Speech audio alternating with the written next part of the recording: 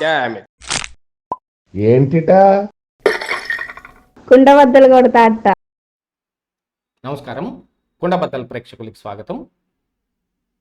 Vijay, Congress party, CPI, సిపిఎంలు, VCK party అందరూ కలిసి ఒక కూటమిగా నిన్న గవర్నమెంట్ని ఫామ్ చేయటానికి సీఎం ప్రమాణ స్వీకారం విజయ్ చేస్తుంటేనే బీజేపీ గేమ్ స్టార్ట్ చేసేసింది. నిజంగా బీజేపీ ఇలాంటి ఒక గేమ్ ఆడగానే మరి అక్కడ కూటమిలో సభ్య పార్టీల్లోనే విభేదాలు వచ్చే రకంగా తయారై కూర్చుంది.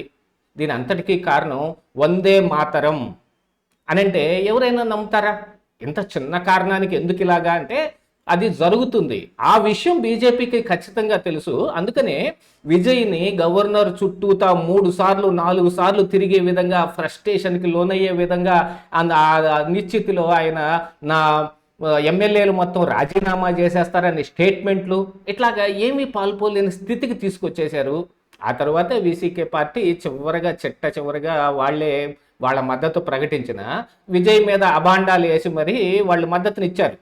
వాట్సాప్లో మెసేజ్ పంపిస్తారటండి, ఏదైనా మద్దతు అడగటానికి ఈమెయిల్స్ పెడతారా గవర్నర్కి అనే విషయాన్ని రిలీజ్ చేసి చివరిగా విజయ్ తోటి చేరి ఇగో గవర్నమెంట్లోకి మేము రావటానికి సిద్ధంగా ఉన్నాం, బయట నుంచి మద్దతు ఇస్తాం అని చెప్పేగానే మరి నిన్న ప్రమాణ స్వీకారం పెట్టుకున్నాడు విజయ్.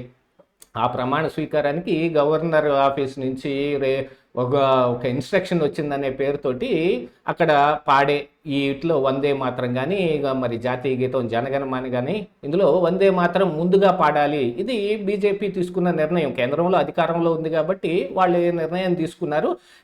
ఇది వాళ్ళకి వీలైన చోటల్లో అమలు చేస్తారు. అదే కాంగ్రెస్ పార్టీ ఉన్న చోటనో లేదు ఇతర పార్టీలు ఉన్న చోటనో అయితే మరి వేరే రకంగా ఉంటుంది. జనగణమనే పాడతారనుకుంటాను. సరే, ఇక ఫుల్ ప్లెడ్జ్డ్గా ఇది అటు ఇటు తేలకుండా ఉన్న సమయంలో అసలైన కుంపటి తమిళనాడులో పెట్టారు ఈ రోజున బీజేపీ. ఇది ఖచ్చితంగా గవర్నర్ తోటి బీజేపీ ఆడిచ్చిన ఆట తప్ప వేరేం కనిపించడం లేదు. ఇందులో గవర్నర్ ఆఫీస్ నుంచి ఇన్స్ట్రక్షన్ వచ్చింది అని చెప్తే మరి అందున తమిళనాడులో తమిళ్ అంటేనే, తమిళియన్ అంటేనే నమ్మవర్, నమ్నాడు, నమ్మ పన్పాడు, ఇది మా భూమి, మేము ఫస్ట్, తమిళ్ ఫస్ట్ అని అనుకునే దగ్గర వందే మాత్రం పాడించారు. దాంతోపాటుగా 3వ స్థానానికి మరి తమిళ్కి ఉన్న వాళ్ళ రాష్ట్రీయ గీతమైన తమిళ్ తాయి వాళ్ళగే 3వ ప్లేస్లో పెట్టేటప్పటికి అందరికీ విపరీతమైన కోపం వచ్చింది. ఎవరైతే విజయ్కు ఓట్లు వేశారో జంజీ వాళ్ళతో సహా ఇదేమిటిది మూడోసారిగా మన తమిళ్ పాట పాడటం ఏమిటి, తమిళ్ తాయి వాళ్ళగే అనేది మొట్టమొదటి రావాలి. ఫస్ట్ మన తమిళ్, ఆ తర్వాత జాతీయత, మరి ఆ తర్వాత నేషను, ఫస్ట్ మనం కదా అని అనుకుంటారు. ఎందుకంటే అసలు తమిళియన్స్ అనుకోవటమే ఈ భూమి పుట్టింది, తమిళ్ పుట్టింది అని చెప్పుకుంటారు. ఈ మన్ పొరందది, తమిళ్ పొరందది అని అనుకునే వాళ్ళ దగ్గర ఇలాంటి ఒక గేమ్ ఎవరు ఆడతారు? ఆడే ఆస్కారం ఎవరికి ఉంటుంది? ఖచ్చితంగా బీజేపీకే ఉంటుంది. దీంతో డిఎంకే పార్టీ అందుకుంది, సిపిఐ పార్టీ అందుకుంది. ఆ సిపిఐ పార్టీ నుంచి స్టేట్మెంట్ కూడా ఇచ్చారు. ఏమిటిది, మీరు వేరే వాళ్ళ ప్రలోభాలకి లొంగిపోతున్నట్టుగా కనపడుతోంది, ఇది తమిళ్ తాయి వాళ్ళగే ఎందుకు 3వసారిగా పాడాల్సి వచ్చింది అనే ప్రశ్నను కూడా సంధించారు. వాళ్ళు సిపిఐ, సిపిఎం బయట నుంచి మద్దతు ఇవ్వటానికి వాళ్ళు ఒప్పుకున్న సమయానే మతతత్వ పార్టీలతోటి మీరు చేరకూడదు అనే ఒక కండిషన్ తోటి వచ్చారు. వీసీకే కూడా సేమ్ కండిషన్ పెట్టుకొని వచ్చింది. యాక్చువల్గా వీసీకేని డిఎంకేనే పంపించింది అవసరమైన చోట వాళ్ళని వాడుకోవడానికి. ఒకవేళ ఈ టీవీకే గవర్నమెంట్ విజయ్ని గవర్నమెంట్లోంచి దించాలి అని అనుకుంటే దానికి గాను విపరీతమైన కృషి చేయడానికి వాళ్ళు అక్కడ ఉండాలి కాబట్టి అక్కడికి వీసీకే పార్టీని పంపించింది అనే ఒక అపవాదం అయితే ఇప్పుడు తమిళనాడు నిండుగా ఉంది. ఏది ఏమైనప్పటికీ అత్యధిక సీట్లు సాధించిన విజయ్ సీఎం అవటం తమిళ ప్రజలకు ఆనందంగానే ఉన్నా ప్రమాణ స్వీకారం చేసే మొట్టమొదటి రోజే బీజేపీ ఆడిన ఆటలో వాళ్ళు ఫినిష్ అయిపోయారు. కాంగ్రెస్ పార్టీ కంటే తమిళ్ తాయి వాళ్ళగా ముందు పాడారా, వందే మాత్రం ముందు పాడారా, ఇవన్నీ వాళ్ళు పట్టించుకునే స్టేటస్లో లేరు. వాళ్ళకి అధీనంలో విజయ్ ఉన్నాడా లేడా అనేది వాళ్ళు చూసుకుంటున్నారు. యాక్చువల్గా మనకున్న కొంత సమాచారం ప్రకారంగా చూస్తే 2009లోనే విజయ్ రాహుల్ గాంధీతో మాట్లాడుకొని ఆయన తండ్రి చంద్రశేఖరన్ కూడా వెళ్ళి రాహుల్ గాంధీతో మాట్లాడి ఆ సమయంలో మరి కాంగ్రెస్ పార్టీ అధికారంలో ఉంది, యూపీఏ. ఆ సమయంలోనే విజయ్ కాంగ్రెస్ పార్టీలోకి వెళ్తాడు. తమిళనాడులో యూత్ లీడర్ని విజయ్ని చేస్తారు. ఆ తర్వాత అవకాశం ఉన్న వరకు కాంగ్రెస్ పార్టీలో ఆయన కొనసాగుతూ ఆయన సీఎం క్యాండిడేట్గా అనౌన్స్ అవుతాడు అని. అలాంటిది ఆ తరువాత అది చిన్నగా పక్కకు సారి ఇప్పుడు టీవీకే అనే ఒక కొత్త పార్టీని పెట్టుకునే స్థాయికి విజయ్ వచ్చాడు.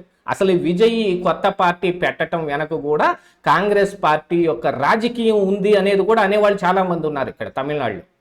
ఎందుకనంటే ఈ టీవీకే పార్టీ ఇప్పుడు అయితే డిఎంకే లేకపోతే అన్నా డిఎంకే అంటున్నారు. డిఎంకే ఎప్పుడు వాళ్ళ స్టాండ్ని నిలబెట్టుకోవడానికి కాంగ్రెస్ పార్టీ తోటి ఇప్పుడు ఇండి కూటమిలో కలిసి ఉన్నప్పటికీ అన్కండిషనల్గా మొన్న 131 రాజ్యాంగ సవరణకి ఇండి కూటమి ఏ నిర్ణయం తీసుందో దానికి కట్టుబడి ఉన్నప్పటికీ కూడా రాహుల్ గాంధీ హఠావుటిగా బయటకు వచ్చేసి మరి టీవీకే పార్టీకి మద్దతు ప్రకటించాడు.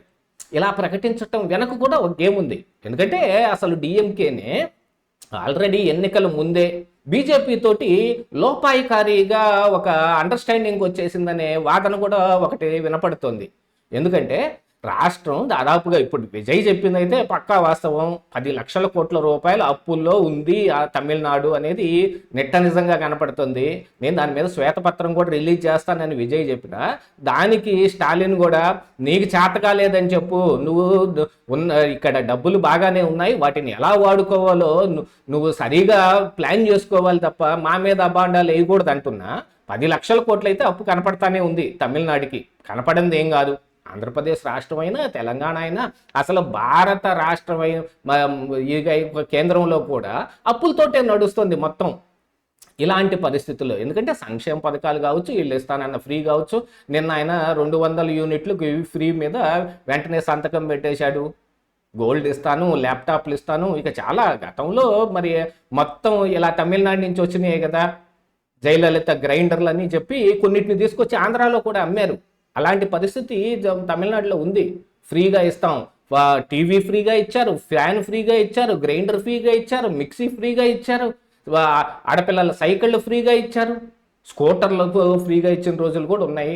ఇలాంటి ఫ్రీ తోటి తమిళనాడు ఖచ్చితంగా అప్పుల్లో కూరుకుపోయింది. అదైతే వాస్తవం అయినప్పటికీ ఇక్కడ బీజేపీ ఒక గేమ్ ప్లే చేస్తుంటే వెంటనే దానిలోకి విజయ్ పడిపోయాడు. ఇక ఇప్పుడు కూటమిలో ఉన్న ఈ సభ్య పార్టీలో సిపిఐ, సిపిఎం, వీసీకే ఇప్పుడు విజయ్ని ఆక్షేపించే స్థాయికి వెంటనే వచ్చేసినాయి. రేపు బల నిరూపణ జరిగేటప్పటి వరకు ఏం జరుగుద్దో కూడా అర్థం కాని పరిస్థితులు ఉన్నాయి. ఈయన గవర్నర్ ముందు లెటర్లు చూపించటమే కాకుండా అసెంబ్లీలో కూడా బల నిరూపణ చేసుకోవాలి కదా. ఆ బల నిరూపణ చేసుకునేటప్పటికి విజయ్ ఏం చేస్తాడు, నిజంగా చేసుకోగలుగుతాడా అనే రకంగా ఉంది. మరి డిఎంకే ఏం చేయదలుచుకుంది, బీజేపీ ఏం చేయదలుచుకుంది అనే దాని మీద వీళ్ళ భవిష్యత్తు ఆధారపడి ఉంటే ఈ రకంగా ఈయన పడుతూ లేస్తూ ఎంతకాలం గవర్నమెంట్ను కొనసాగించగలుగుతాడు అనేదే ఒక సందిగ్ధత ఉంది. మొట్టమొదటి రోజే అన్నప్రాసన రోజు ఆవకాయ పెడితే పిల్లాడి పరిస్థితి ఎట్టా ఉంటుందో అట్టా అల్లల్లాడిపోతున్నాడు విజయ్. ఇదే ఈరోజు కుండబద్దలు.